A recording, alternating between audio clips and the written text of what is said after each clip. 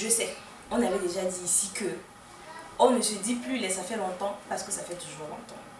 Yo la team ici et bienvenue sur cette chaîne. Aujourd'hui, comme vous l'avez vu dans le titre, on va parler de la Saint-Valentin. Je sais que vous attendiez ça.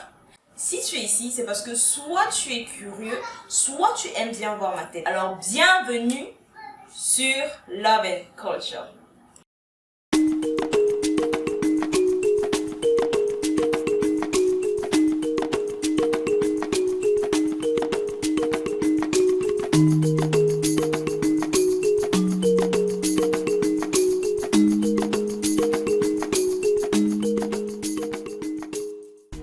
Je vous invite déjà à vous abonner à cette chaîne, à liker la vidéo et à la partager pour inviter d'autres personnes à voir aussi. C'est bon de liker parce que ça améliore le référencement. Laissez aussi un petit commentaire à la fin de la vidéo ou au début si vous voulez. Bref, histoire que la chaîne puisse aussi grandir. Si vous apprenez quelque chose qui vous plaît, partagez aussi pour que d'autres personnes puissent apprendre. So, let's just dive deep into the subject, la Saint-Valentin. Aujourd'hui, nous allons aborder les origines de la Saint-Valentin, l'évolution de la Saint-Valentin dans le temps et ce que la Saint-Valentin est devenue aujourd'hui. Je risque peut-être d'être rabat-joie sur les bords, mais je vous prie de m'écouter jusqu'à la fin afin de pouvoir comprendre le point total de cette vidéo et surtout là où je vais en venir et surtout ne pas placer une phrase hors de son contexte. Vous êtes sans ignorer l'existence du calendrier romain que nous utilisons tous à présent. Et dans le calendrier romain, la fête de la Saint-Valentin, encore appelée aujourd'hui la fête de l'amour, est symbolisée le 14 février de chaque année. Mais quelle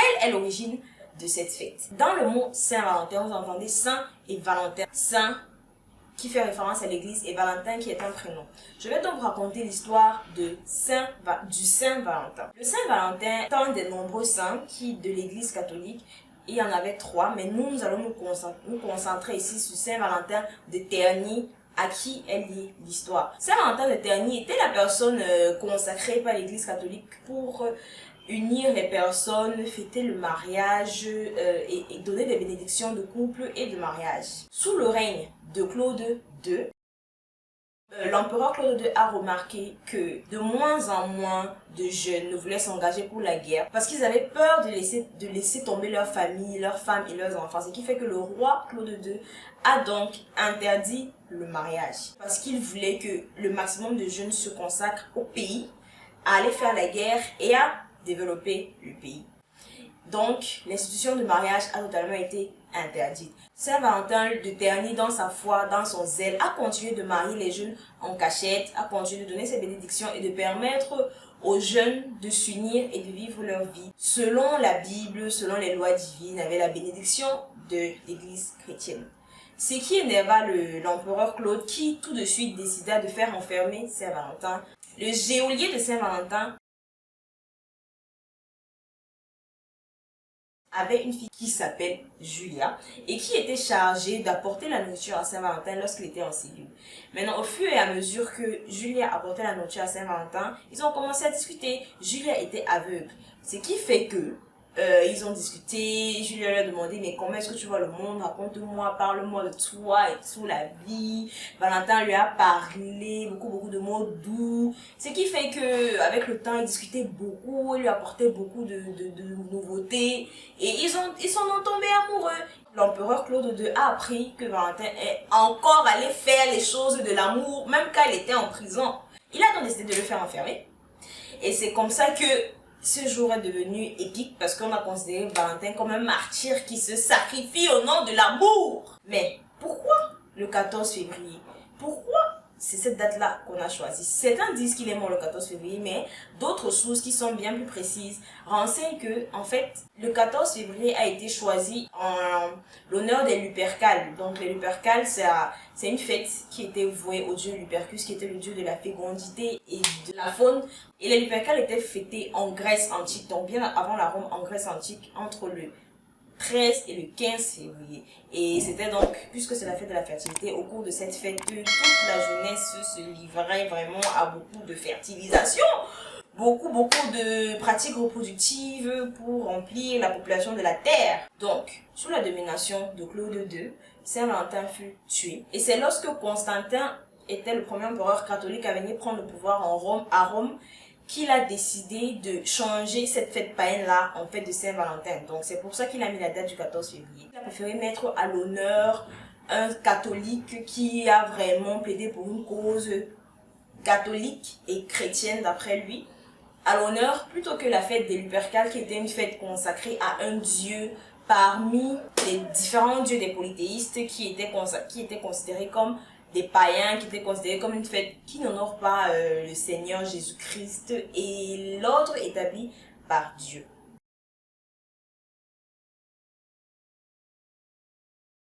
Dans cette deuxième partie consacrée à la Saint-Valentin, à l'évolution de la Saint-Valentin, étant donné que le catholicisme a pris une très grande ampleur dans l'Europe en général après la Rome, en Amérique et dans plusieurs autres parties du monde, c'est ainsi que les différentes fêtes de la religion se sont aussi propagées. On a les fêtes de Noël, on a le 14 février notamment qui est devenu la fête de l'amour. Maintenant, dans la rubrique Saint-Valentin de nos jours, voilà, vous savez que aujourd'hui c'est quand même le 14 février. Si tu n'as pas reçu le cadeau de ton gars ou de ta chérie, c'est que vraiment tu n'es rien, tu n'es personne, tu es triste. Hein? Voilà. Donc, de nos jours, le 14 février est devenu vraiment une fête assez incontournable dans l'opinion générale.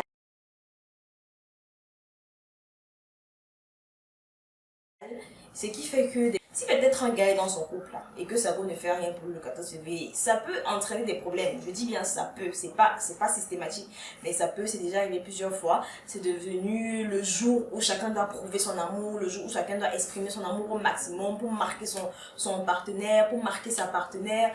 Donc aujourd'hui, la fête de la Saint-Valentin, c'est vraiment la fête de la... Tu vois, de quel couple est le mieux, de quel couple est le plus fashion, quel couple est le plus riche, quel couple a le plus de cadeaux, quel couple est le plus complice et tout. Alors qu'on sait tous que dans un couple, il y a les bons côtés et les mauvais côtés. Bon, je ne vous apprends rien dans les couples, franchement, je ne vous apprends rien. Certains disent aussi que la Saint-Valentin est devenue une fête totalement commerciale parce que tous les commerces, les entreprises en profitent pour faire du commerce. Ouais, c'est assez évident. Je ne peux pas vous dire que ne fêtez pas la Saint-Valentin parce qu'on est déjà à une ère où c'est tellement propagé. Tu peux pas dire ne faites pas, ne faites pas et ne faites pas. T'as capté le jeu de mots? Parce que c'est déjà terriblement ancré dans les mœurs. Ce que je peux plutôt vous demander ou plutôt vous proposer, c'est de réorienter la façon dont nous appréhendons ce qu'on appelle la Saint-Valentin. Avec les réseaux sociaux, vraiment, le culte de l'image est devenu la magie de la mort.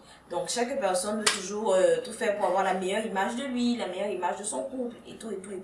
Et nous voyons tout le temps plein d'images où on se dit que mais l'amour est bien, love is sweet, when money enter, love is sweeter, que l'amour est bien seulement quand il y a l'argent. Tu as envie de tomber amoureux, ok, tu veux l'amour de combien, etc. Donc, ce qui fait que les personnes aujourd'hui font des trucs juste pour être bien vues, juste pour avoir une bonne image. Je termine la vidéo en donnant ma petite conclusion et ma petite recommandation. Déjà, maintenant que vous connaissez l'origine de la Saint-Valentin, si vous vous sentez toujours concerné, si vous vous sentez relié, vous vous sentez bien à continuer de fêter cela, si vous vous sentez légitime à continuer de fêter, cela est totalement votre choix. Vous êtes bien libre de le faire, de profiter de chaque occasion de la vie pour fêter. Maintenant, si je peux vous donner une recommandation, c'est de réorienter en fait ce qu'est la Saint-Valentin pour vous. Réorienter ce qu'est l'amour pour vous. Pour vous, comment est-ce que vous le percevez? Parce que l'amour, ce n'est pas seulement pour les autres. L'amour, c'est d'abord pour nous-mêmes. Si nous ne nous aimons pas, nous ne pouvons pas aimer autrui. Donc, quand je parle de réorienter, je veux dire, est-ce que vous avez vraiment été là pour vous-même? Est-ce que vous avez été là pour les gens qui sont autour de vous? Est-ce que vous êtes un catalyseur de positivité, de productivité, de réalisation, de bonheur, de calme, de positivité en gros pour quelqu'un autour de vous? Est-ce que vous l'êtes pour vous-même? Maintenant, pour ceux qui trouvent que voilà, ce n'est pas légitime pour eux de fêter ça parce que déjà c'est pas une date qui est reliée à leur paradigme, c'est-à-dire le paradigme africain, c'est une date romaine, c'est un calendrier romain, c'est un paradigme romain. Et pour d'autres qui ne sont ni païens, ni chrétiens, Donc, là aussi, c'est votre choix de ne pas le fêter, de ne pas fêter ce 14 février, de ne pas y accorder de l'attention ni votre énergie. Ceux qui pensent que accorder de l'attention à une telle fête contribuerait à nourrir l'égrégore, l'énergie qui est déjà présente, l'énergie du copiste, quoi. Genre, on fait juste des choses sans savoir d'où ça vient, on fait des choses qui ne nous concernent même pas et qui ne nous concerneront jamais, parce que ce n'est juste pas notre paradigme. Donc, pour ceux qui trouvent que ce n'est absolument pas utile, ce n'est pas nécessaire, ce n'est pas constructif de continuer à fêter le 14 février, vous êtes libre aussi de ne pas le faire. Dites-moi en commentaire ce que vous en pensez. Dites-moi comment est-ce que vous voyez la chose. Si vous connaissiez déjà cette histoire et ce que la Saint-Valentin représente pour vous, je me ferai un énorme plaisir de vous lire et de vous répondre comme à chaque fois. J'arrive au terme de cette vidéo et je vous dis merci à ceux qui ont suivi jusqu'à la fin et je vous dis à très bientôt pour une prochaine vidéo. Si vous avez des sujets à me proposer, des sujets que vous voulez que j'aborde, des sujets sur lesquels vous voulez que je fasse des recherches, n'hésitez pas, nous sommes là pour ça, la team ici. Et sachez que je vous adore. Allez, à bientôt.